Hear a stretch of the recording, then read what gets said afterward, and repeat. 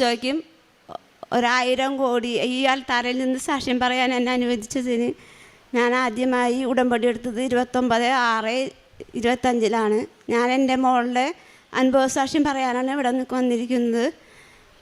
മോൾക്കുണ്ടായ സാക്ഷ്യം 5 കൊല്ലമായിട്ട് തൈറോയിഡ് വന്ന് പിടിപെട്ട് അവൾക്ക് മാറാണ്ട് പല ഡോക്ടർമാരെയും മാറി മാറി കണ്ടു, ഒരു കുറവുണ്ടായില്ല.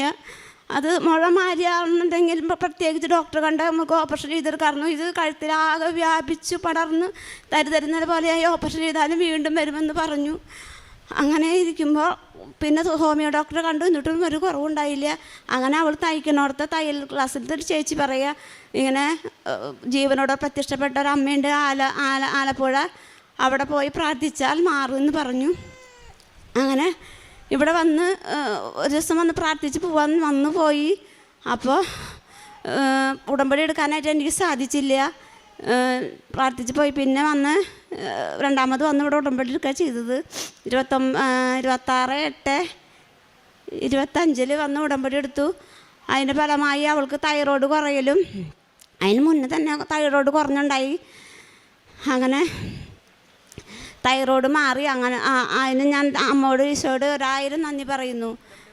ഉടമ്പടി വസ്തുക്കളായ തേനും ഉപ്പും ഉപയോഗിക്കുമായിരുന്നു. പിന്നെ അവൾക്ക് ഈ തൈറോയ്ഡ് കാരണം കുഞ്ഞുങ്ങളുണ്ടാവാൻ ഭയങ്കര ബുദ്ധിമുട്ടായിരുന്നു. ആദ്യത്തെ കൊച്ചിന് 6ൽ പഠിക്കണേ, 12 വയസ്സിന് ശേഷമാണ് അവൾക്ക് ഇവിടെ വന്ന് പ്രാർത്ഥിച്ചതിൻ്റെ ഫലമായിട്ട് അവൾക്ക് ഈശോയും അമ്മയും കൂടി ഒരു ആൺകുഞ്ഞിന് നൽകി. അത് പ്രസവിച്ചത് ഇവിടെ ആയിരുന്നു 25/12/25 ക്രിസ്മസിൻ്റെ അന്നായിരുന്നു ഉണ്ണി ജനിച്ചത്. അതിന് ഈശോ പറയേണ്ടത് നിനക്കൊരത്ഭുതം ഞാൻ കാണിച്ചു തരുന്നുണ്ടെന്ന് ഈശോ പറയാറുണ്ടായിരുന്നു. ദൈവത്തിന് നമ്മുടെ കൃപയുണ്ടല്ല, not by merit but by grace. എനിക്ക് യാതൊരു കൃപയും യോഗ്യതയും ഇല്ല എന്ന് എനിക്ക് മനസ്സിലായി. ഈ പ്രാർത്ഥനയ്ക്ക് മുന്നിട്ട് വരുന്നതോട് കൂടി എല്ലാവർക്കും ഭയങ്കര ദേഷ്യം, കളിയാക്കലും കുറ്റപ്പെടുത്തലായിരുന്നു. എന്തിനങ്ങനെ പ്രാർത്ഥിക്കണേ എന്നാൽ എപ്പോഴും എന്നെ കളിയാക്കുമായിരുന്നു. എന്നാലും ഞാനിതിൽ മുറുകെ പിടിച്ചു. എല്ലാ അനുഗ്രഹവും ചെറിയ അനുഗ്രഹം എല്ലാം കിട്ടിയിട്ടുണ്ട്.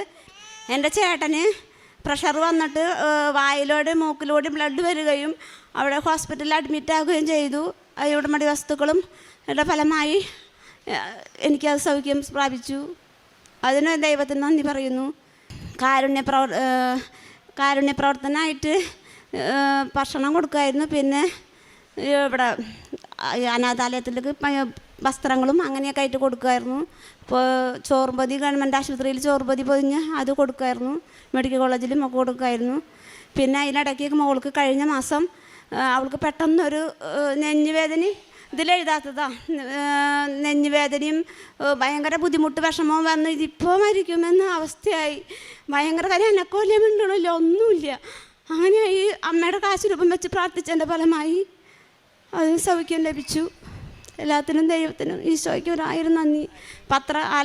ആത്മീയ ജീവിതത്തിൽ ബൈബിൾ വായിക്കാനും ബൈബിളൊക്കെ വായിക്കുന്നുണ്ട്. പിന്നെ ഡെയിലി ബ്രെഡ് അച്ഛൻ്റെ കാണും, ധ്യാനം കൂടും, ചൊവ്വാഴ്ചയിലെ ധ്യാനങ്ങൾ കാണും, ക്ലാസ്സുകൾ. അപ്പോഴും എന്നെ കുറ്റപ്പെടുത്തും എല്ലാവരും.